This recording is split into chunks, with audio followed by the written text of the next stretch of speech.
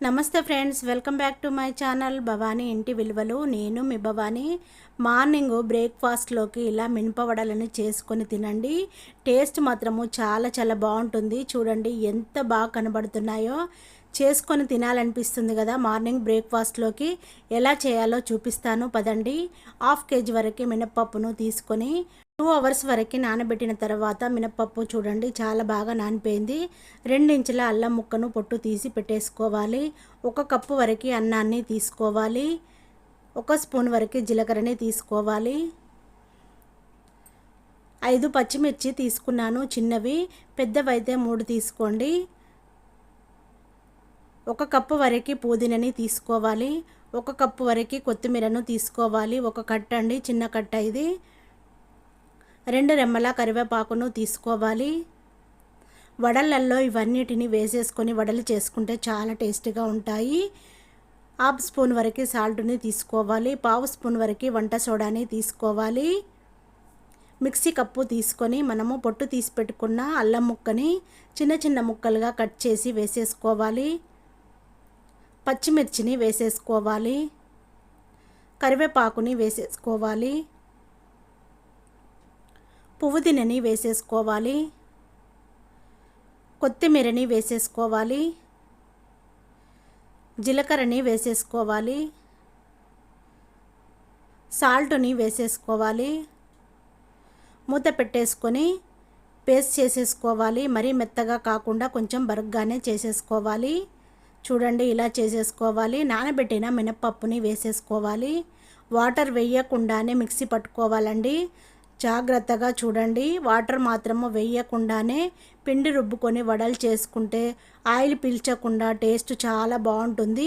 చూడండి మెత్తగా అయిపోయింది కదా. ఇందులో వాటర్ అస్సలు వేయలేదు. మనము ఇంగ్రీడియంట్స్ అన్నీ వేసేసాం కదా. పుదీనా, కొత్తిమీర, అల్లం ముక్కలు, సాల్ట్, పచ్చిమిర్చి వేసాం కదా.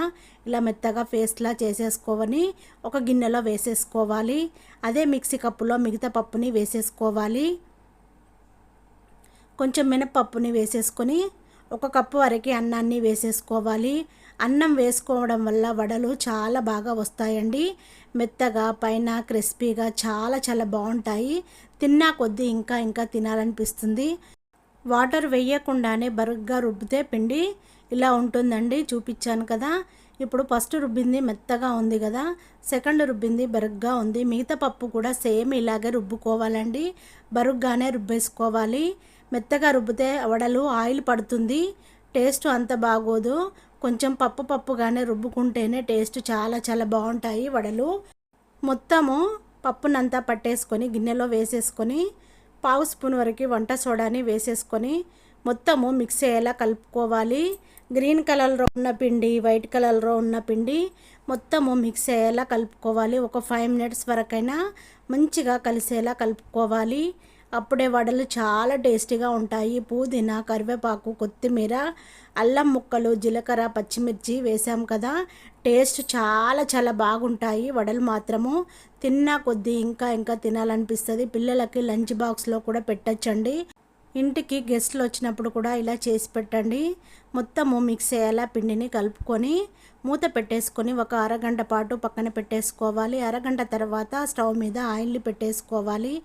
ఆయిల్ వేడైందా లేదా అనేది పిండిని వేసేసుకొని చెక్ చేసుకోవాలి. ఆయిల్ మంచిగా వేడైంది. మరొక బౌల్లో వాటర్ని తీసుకోవాలి. 2 చేతులకి తడి చేసుకోవాలి. నిమ్మకాయ సైజ్ అంతా పిండిని తీసుకొని అరచేతిలో పిండి ముద్దను పెట్టేసుకొని రౌండ్గా తయారు చేసుకోవాలి. మధ్యలో హోలును చేసి ఆయిల్లో వేసేసుకోవాలి. చూడండి కొత్తగా చేస్తున్న వాళ్ళైనా ఇదివరకు చేసిన వాళ్ళైనా ఇలా చేసుకోండి. సింపుల్గా చేయొచ్చండి. వడలేయడము పెద్ద కష్టమేం కాదు. నిమ్మకాయ సైజ్ అంతా పిండిని తీసుకొని బాల్లా చేసేసుకొని మన బొడ్డుమిన వేలుతోని హోల్ను చేసి ఆయిల్లో వేసేసుకోవచ్చు. అలా వేయచ్చు, ఇలా వేయచ్చండి. వడలు చాలా చాలా బాగా వస్తాయండి. వడలు వేయడము చాలా కష్టమేమి కాదు. చాలా సింపుల్గానే వేసేసుకోవాలి. ఒక్కొక్క దాన్ని తింపుతూ రెడ్గా కాలనివ్వాలి. మంచిగా కాలిన తర్వాత ఒక స్టెయినర్లోకైనా ఒక జాలి గిన్నెలోకైనా తీసుకోవాలి. ఆయిల్ ఏమి లేకుండా ఉంటాయి వడలు. ఇలా మొత్తము రెడ్గా కాలాలండి. చూడండి రెడ్గా కాలిన తర్వాతనే ఒక ప్లేట్లోకైనా ఒక స్టెయినర్లోకైనా తీసుకోవాలి.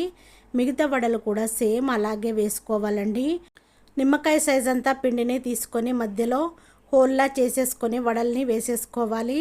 మిగతా పిండి ఉంది కదా, ఇలా మూత పెట్టేసుకొని ఫ్రిడ్జ్లో పెట్టేసుకుంటే 1 వీక్ వరకైనా నిల్వగా ఉంటుంది. ఎప్పుడు కావాలనుకుంటే అప్పుడు మనం వడల్ని వేసేసుకోవచ్చు. మూత పెట్టేసుకొని ఫ్రిడ్జ్లో పెట్టేసుకోవాలి. ఒక్కొక్క దాన్ని తింపుకుంటూ రెడ్గా కాలనివ్వాలి. రెండో సైడు తింపుతూ రెడ్గా కాలనివ్వాలి. లో ఫ్లేమ్లోనే వడల్ని కాల్వాలి. హై ఫ్లేమ్లో కాలుస్తే పైన రెడ్గా ఉంటుంది, లోపల పిండి పిండిగా ఉంటుంది.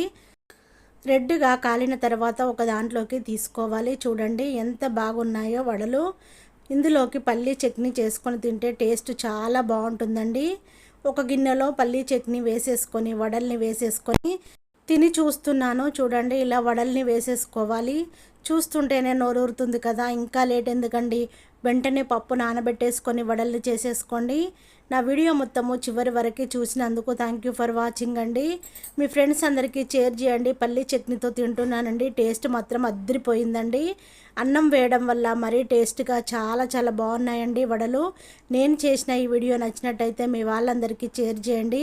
నా ఛానల్ని సబ్స్క్రైబ్ చేసుకోండి. బెల్ సింబల్ వస్తుంది, దానిపైన క్లిక్ చేస్తే ఆల్ అనే ఆప్షన్ వస్తుంది. Thank you for watching. నేను మీ భవాని.